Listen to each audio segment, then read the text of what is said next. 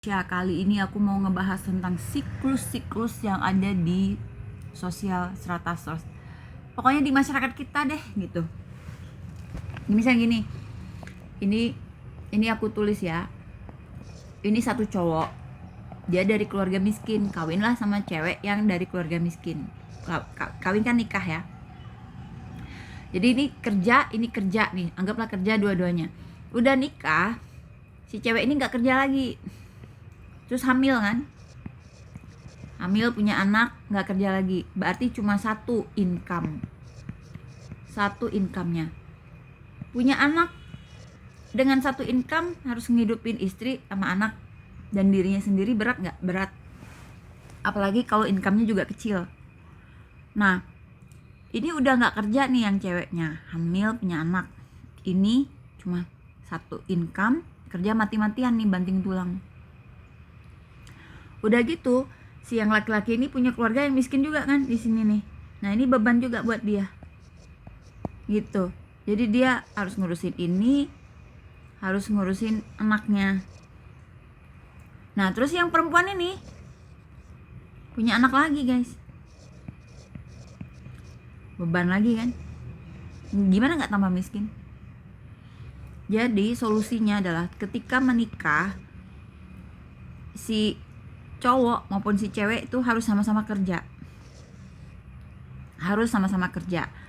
Terus punya anak itu ditunda dulu sampai cukup ekonominya, ya minimal nggak susah-susah amat lah, nggak hidup cuman untuk sebulan gitu, sebulan besoknya harus nyari lagi, itu belum aman ya.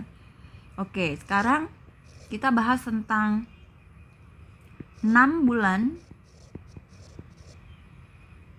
biaya hidup itu sudah harus ada di tabungan. Jadi di tabungan kita tuh ada biaya hidup 6 bulan. Contoh misalnya 1 bulan misalnya 3 juta. Nah, 3 juta berarti dikali 6. Berarti 18 juta. Nah, ini harus ada di rekening tabungan. Capai ini dulu. Nah, nanti meningkat lagi, guys. Meningkat lagi gini caranya. Ini adalah uang yang harus ada di rekening kita. Jadi untuk 6 bulan ke depan uang kita tuh sudah ada buat biaya hidup. Lalu di level kedua kita tingkatin lagi jadi 12 bulan. Berarti 3 kali 12 bulan berarti 36 juta. Nah, artinya untuk biaya hidup selama setahun kita tuh udah aman. Aman nih. Nah, ya aman. Nanti setelah ini tercapai, baru mikir bisa nggak punya anak, mampu nggak punya anak. Dengan pertimbangan satu biaya anak itu dihitung, ya. Jadi keperluan berdua 3 juta berdua. Punya anak, guys, itu bisa 6 juta. Nah, udah mencapai ini belum sebulan penghasilannya gitu. Misalnya ini cuma permisalan doang ya, karena biaya bayi itu kalau dia pakai susu formula lebih mahal lagi gitu kan. Anggap aja untuk satu anak itu 3 juta juga, berarti kan harus 6 juta penghasilan income sebulan. Mencapai ini enggak? Kalau udah mencapai ini baru boleh punya anak. Kalau enggak, jangan punya anak. Tunda dulu. Kenapa mesti ditunda? Kan kalian umurnya biasanya kalau di Jawa Barat itu nikah tuh masih muda-muda, ya. Nikah masih muda-muda, dari segi usia masih muda banget.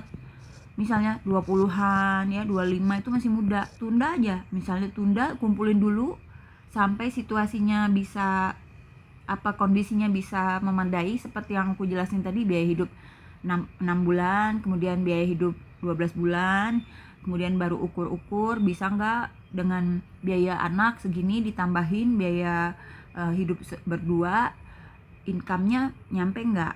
Nah, kalau belum nyampe, nabung dulu, tunda punya anak. Kalau kalian nggak bisa menunda punya anak, berabe, guys, berabe. Dan Nah, ini selesai ya penjelasannya. Nah, sekarang kalau misalnya kalian nggak menunda, apa yang terjadi? Kawin, punya anak,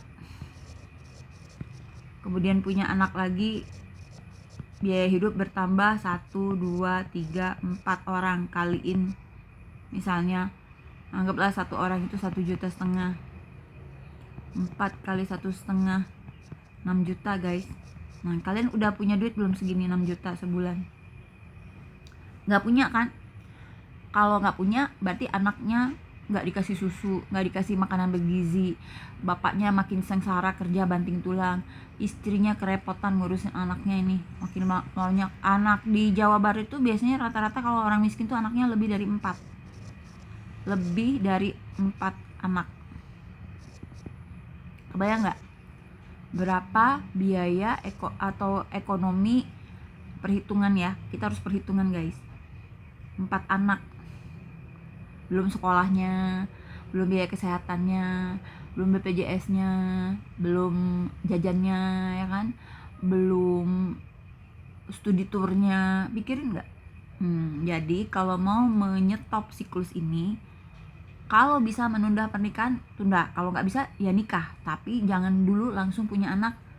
Capai dulu kemapanan ekonomi seperti yang aku jelasin tadi, 6 bulan, kemudian meningkat 12 bulan.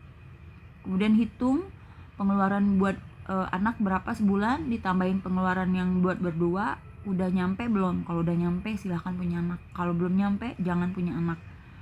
Dan biasanya beban keluarga yang satu income ya, jadi keluarga itu kan ada yang satu income dari suaminya doang yang kerja, ada yang 2 income, artinya suami istri bekerja. Zaman sekarang guys, kalau laki-laki cuma dari 1 income itu kepayahan, kalau dari 2 income rada mendingan. Nah, sekarang pertanyaannya, ini ada pertanyaan ini yang pernah diajukan oleh salah satu kenalan aku. Gimana kalau saya mau kerja tapi saya punya anak kecil gitu kan? Itu dilema kan, seorang perempuan tuh selalu dikalahkan kadang-kadang.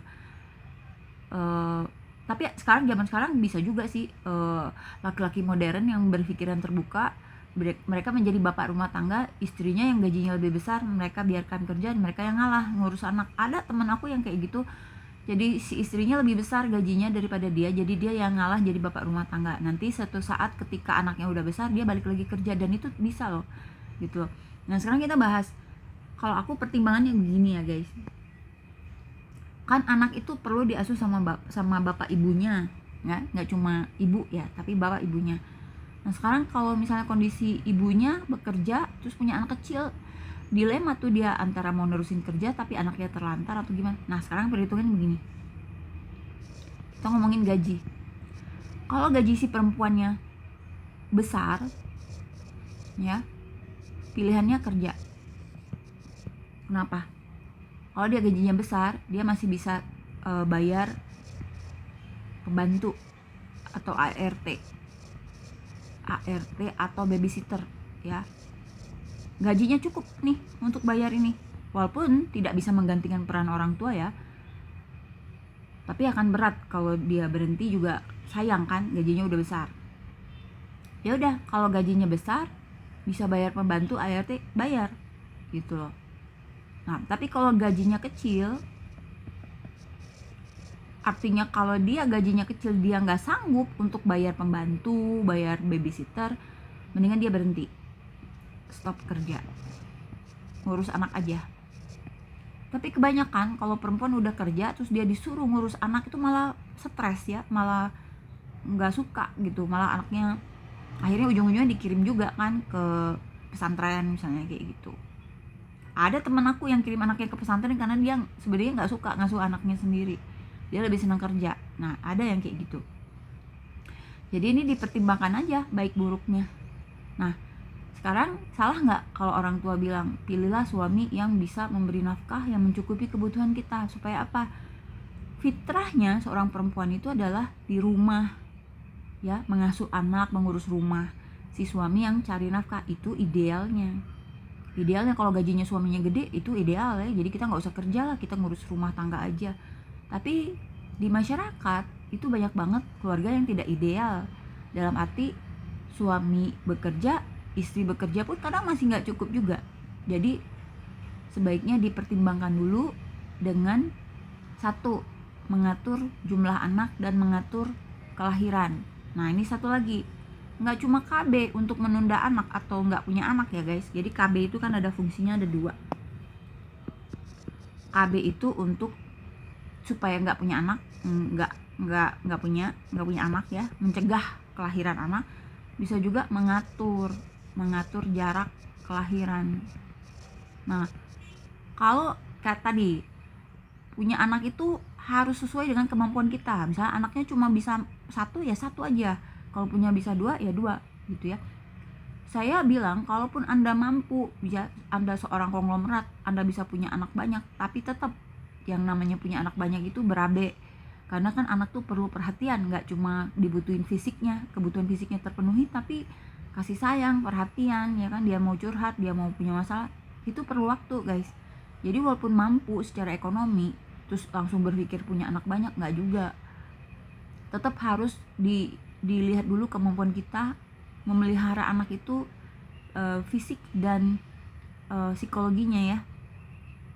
Fungsi KB yang berikutnya adalah mengatur jarak. Kenapa jarak anak tuh harus diatur?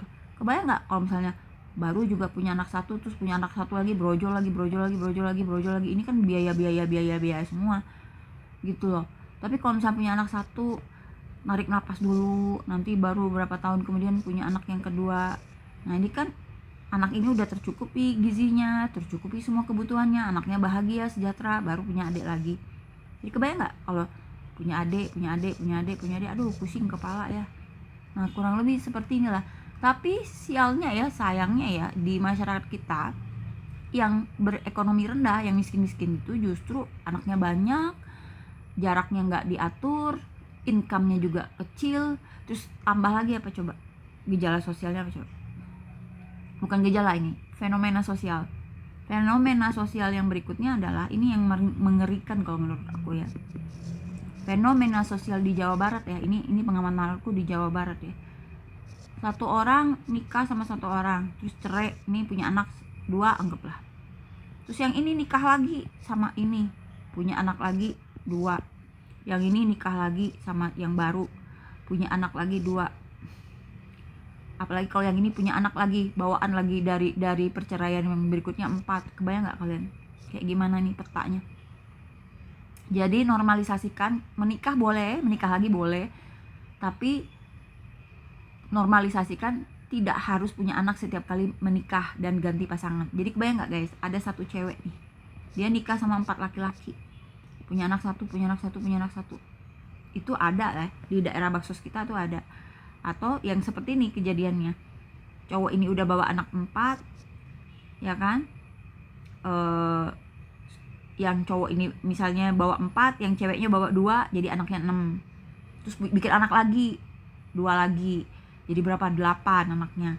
Terus aja beranak pinak kacau. Jadi ini menciptakan keluarga yang kacau balau ya, keluarga yang gak bakalan sejahtera karena biaya hidup itu makin mahal guys. Itu kita harus buka mata banget bahwa tekanan ekonomi itu makin kesini tuh makin susah. Barang-barang semua mahal kan. Kita belanja ke pasar aja bawa 100.000 nggak ada artinya gitu ya kan. Jadi kebayang nggak kalau misalnya keluarganya banyak, beras harus ada terus di rumah.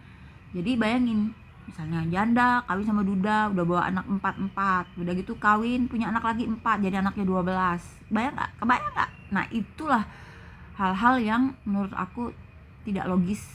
Jadi jangan biasakan kalau tiap kali nikah punya anak.